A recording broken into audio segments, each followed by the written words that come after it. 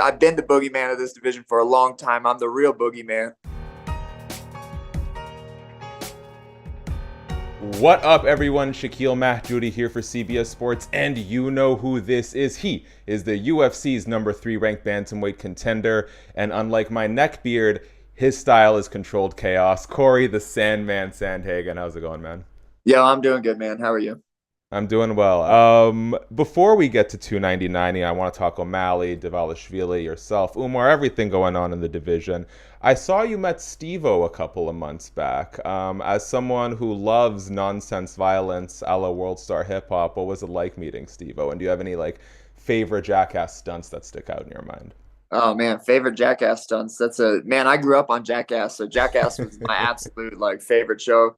Viva La Bam was one of my, I was I was inspired by those guys as a young kid. But it was super cool. I was going to my seat at the UFC show, and I was like, holy shit, I'm gonna sit right next to Steve-O. And then obviously I had to play it real cool because I don't want to be annoying, because I'm sure he gets talked to a lot. But we kind of chatted a little bit throughout all the fights, and honestly, Steve-O and I believe it's his wife or maybe his girlfriend, but dude, they know more about fights than I knew about a lot of the fighters. They were like, this person's coming off of 3 losses or 3 Yeah, wins. well, he shows up at the media scrum sometimes and just starts slinging out questions. Oh yeah, he's like a legit fan. He could easily be, a journalist or anything for the sport, because he really knows his shit. It's so funny talking to you because I feel like there's this perception of you. I mean, I think it's kind of fair of sort of this thoughtful philosophic fighter, and then you try to get down to the origins of your enthusiasm for life, and it's Jackass and World Star Hip Hop. So it's the contradict, the duality of man here, Cory. Yeah, absolutely. Yeah, yeah, I don't know, man. There's so many facets I feel that everyone has to themselves, and yeah, I don't know. I try not to be too much of a dork, even though when I get to speaking, I just automatically sound like one. Oh, And yeah, trying to work on that a little bit. I'm trying to sound yeah, a you little. and me. Hey, whatever. You and me both. Let them. You can beat their ass anyway. Who cares? I don't quite have the same luxury. Now we have 299 on the horizon. Sean O'Malley, Marlon Chito Vera.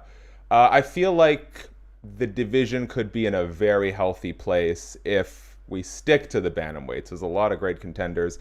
In your opinion, what is more likely to nab you the next title shot? Sean O'Malley winning or Marlon Chito Vera winning? I think probably Cheeto winning, just because I think that's a really easy argument for me to fight for the belt next, is just because I had just beat Cheeto pretty decisively, not even a year ago. So I definitely think Cheeto is the guy that I'll more or less be rooting for. But also, I think on the same end, I think that Sean really, people really want to watch what a fight They do. would look like between me and O'Malley. So yeah, I think that I kind of have a decent argument either way. I think that I'm not going to cry home about it if I don't get a title shot either, because I'm not going to act like Merab hasn't been putting in a lot of work and had a super awesome performance against Cejudo. So if it means one more, I'm okay with it. But of course, it's nicer just to go immediately for it. Of course. Well, so, obviously, UFC President Dana White has said that Merab's getting the next title shot. Sean O'Malley has warmed up to that idea. You say you're open to one more. Umar Nurmagomedov called you out just this past Saturday for International Fight Week. What's your timetable looking like? Does that make sense for you? Yeah, that sounds great. I was actually the one. I did an interview a couple of weeks ago with Din and Anthony Smith, and I had brought up hey man, if that's the fight that the UFC is telling me is going to be number 1 contender, then I'll absolutely fight Umar. That's always been the case. It has never been a case where I've said no to Umar or anything like that. I was, I'm not capable of fighting last week or this weekend just because of the last injury that I had. Yeah. Just because I would have had to be dealing with the injury while still doing my 8 to 12 weeks in camp. So that was just not realistic. So I think that they probably meant other people were maybe saying no that were healthy, but certainly was never me. I have no problem fighting Umar, especially if they're telling me that it's for a number 1 contender spot. If they're that high on him, then yeah, let's go at it. Decide who should be fighting for the belt next, and then let's solidify this thing for me so that there's no more question of whether it should be me or someone else. If I win the next one against Umar, there's absolutely no argument that I feel like I shouldn't be fighting for the belt next. That would be a 4-fight win streak. Three of those guys in the top 8 or whatever it was that I was fighting, and then taking on like the young boogeyman. But when I'm the real boogeyman, I've been the boogeyman of this division for a long time. I'm the real boogeyman. But if they want to try to assign that title to someone else, then I'll be happy to be the veteran boogeyman and take them out. Yes, I like that attitude, Corey. I see it coming out of you more and more with each interview. How much has screaming like Merab Dvalishvili improved your cardio? Oh, yeah. Yeah, I'm pretty sure, man. Every conversation I've ever had with Marab, it's always been nice. Like he's a really, really cool guy. But he's always yelling. I'm like, this has got to be the key because I don't see anyone else doing that. It's got to be the screaming that makes Merab Dvalishvili, however you say it, have the biggest lungs. Or maybe it might be his last name. If you have to say that last name over and over again, I'm sure it's Yeah, take a that deep breath. long breath. It probably changes the lungs if you do that your entire life. I used to like just out of politeness, almost, unless it was like Luke Thomas, I would just ask people to pronounce their name once at the top, out of respect. And Marab just goes, just say it how it sounds. And ever since then, I fucked it up. But ever since then, I've just been too nervous to even bother asking people. So I get it wrong, but I do my best. Um, Sean, I think it was sort of he had been talking about the Ilia Topuria fight a lot heading into 298. And to come out of that and say, you know what, there seems to be some interest in Merab. I'm down for that to be the next fight. What did that tell you about sort of when you look at that? Do you think there's a chance that Sean will be more a fighting champion taking on the most deserving contenders in his division? Or are we going to see what happens in some of the other divisions where like the allure of going for champ status and big money fights ends up just kind of causing a logjam? No, I think I'll give credit where credit's due because Sean did backtrack on that one, and I thought that it was cool of him to actually do that. I think that him just being like, "Hey, I just want to give the fans what the fans want to see," is a really cool, admirable thing. I was a little bit curious as to why he even wanted to go up and fight Elio, which I thought was like just fight a few guys in your division first, but. I think that Sean's just a guy that wants to make the fans happy. I think that he likes giant fights with a lot of buzz around it and all of that, which is what we all like. And I think that that's just how he does things. And I commend him big time for kind of, going back and being like, you know what, if the fans want to see me and Marab, then let's do me and Marab. Yeah, the last couple of times I've talked to you and Sean, you guys have had nothing but nice things to say about each other. So I'm enjoying that sort of character arc that's developing there. How do you think he'd fare against Ilya if he did make that move up? Um, Ilya's kind Ilya, of scary, man. I think Ilia.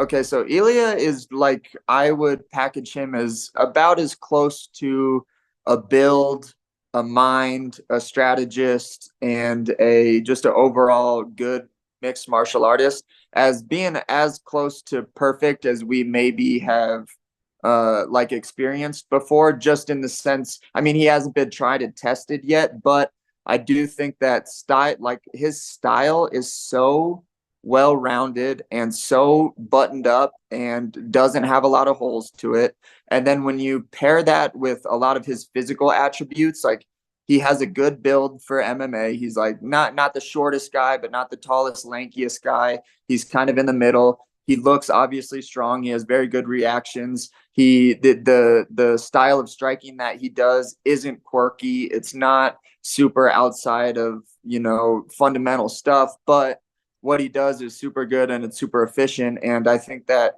it's like really, really impressive. And not only his skills and the strategy that he goes in, like I said, his mind and all of that stuff, but he has all of the physical attributes to last a really long time. I know that he made a comment that he wants to retire early. I think that would be such a shame because I do think like if you look at a Jim Miller, like Jim Miller is able to fight for a really long time, I believe, because his style fits his body type very well. And that body type of, like a Jim Miller or Ilia Topuria, that size, that stockiness, that muscle, that build with like I said, the speed and all of that stuff with it, I think is one that can last a really long time and be really safe for a really long time. So I think it'd be a shame if he took off early, but I think he's a phenomenal fighter. And I think that we're going to see a lot of really awesome things from him. High compliments, man. I like that. You mentioned Jim Miller. Now, to be fair, I feel like the UFC Hall of Fame is, I don't know that vanity project is probably too harsh, but there's not necessarily a set of criteria. It's just kind of whatever the promotion deems worthy. And I know there's a lot of discourse about whether or not Jim Miller is a Hall of Famer. If he wins at UFC 100, 200, and 300, is that just so super sick that you got to put him in there?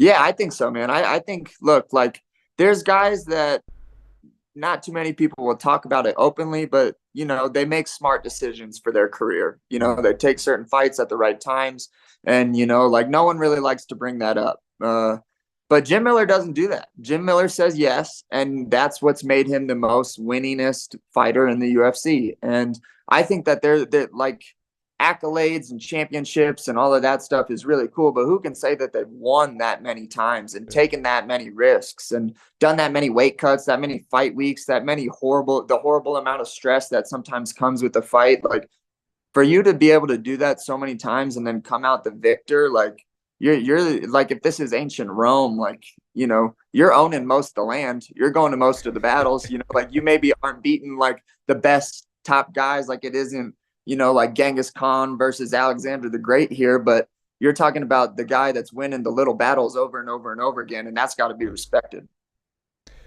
You mentioned that Ilia hasn't been tested once. I have a YouTube short that's blowing up right now where he stepped up on short notice to lightweight against Jai Herbert, and he took a head kick that, I mean, just had Ilia like spinning, and he still came back and won. So that got me thinking, as someone who hasn't been knocked out, what's the hardest you've been hit in the UFC? Uh, I mean, Jan knocked me down with some really crafty shit, but it wasn't necessarily the like force of it that I think knocked me down. It was like the like spinning back fist hook that kind of like the two of them together knocked me down. Honestly, Song hit me the hardest that I've ever been hit. And it was like the most hidden and most like technical tight like left hook that I've ever been hit with. Like fighting John Lineker for 15 minutes was obviously really tough and not the most fun thing in the world, but yeah, I think that probably the hardest I've been hit is against Song. But yeah, I guess I've eaten some good ones, and I must have a good chin because I still haven't had my lights put out. So I like to see it. Last thing before I let you go, I saw sort of a recent clip you posted from an interview. Apologies, I don't have the source for it. About the fact that everyone has the capacity to work hard, but it's working efficiently while working hard that really makes the difference.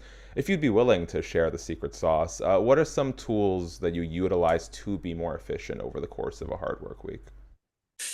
well, yeah, that's a lot of information, and I don't You want can to talk. share one. Share one. I think that being like I feel like I just out like I will overwhelm myself and out and overthink things more than other people. Like I just flat out will. It brings me comfort, it makes me feel safe. I don't mind it. Like I don't mind waking up at 3 o'clock in the morning and then being up for 2 or 3 hours just thinking about how I would beat me if I was fighting me, or what it is that I made a mistake in the room and how I can fix that and all of the other creative options. And I would say that I like just be willing to overthink everything, like and that's really where you're gonna dial in. And it's a very stressful way of getting to the top and being like, one of the better guys. It's incredibly stressful, but it's worth it because the more time you spend thinking about something, the more creative of answers you'll come up with, like that's just, I think, unarguable. So yeah, I mean, if I was going to give advice to how to work efficiently, I would say, yeah, like wake up at 3 a.m. and stay up for 2 hours thinking Fixate. about, yeah, just fucking obsess over things for a long enough time and you'll come up with good answers. Me over here actively trying to find a way to like give myself mental breaks from obsessing, and now you're like luring me back into the hole, Corey. But I I appreciate. you need those too, but I mean, hey man, if you're willing to stress yourself out more in order to come up with a conclusion more than other people, like you're the likelihood that you're This going to is be true. successful is, a little bit higher in my opinion. It's going This to is true. suck, but you got to pay the piper, man. Yes, sir. Well, and you can look. Hopefully, you can look back and appreciate the fruits of your labor down the line as well, and as you're going through the process. Cory, I want to leave you with the last word. Thank you for your time, first of all. I'll just do my part very quickly. Guys, thanks so much for checking out the video. Please subscribe, tap the bell, thumbs up. Let us know what's your prediction for UFC 299 O'Malley versus Chito. Also, are you going to take Cory's advice and start fixating even more than you already are? We'd love to hear from you ahead of UFC 299 and hopefully International Fight Week with Umar Nurmagomedov. If there's anything you want to tell the people, Cory, the floor is yours, man. No, guys, I say this pretty much after any time I get asked this. Just watch my fights, like I think that they're where I shine, and I hope that you guys enjoy them. But yeah, just watch my fights, man. And subscribe to his YouTube. Just reach 60K.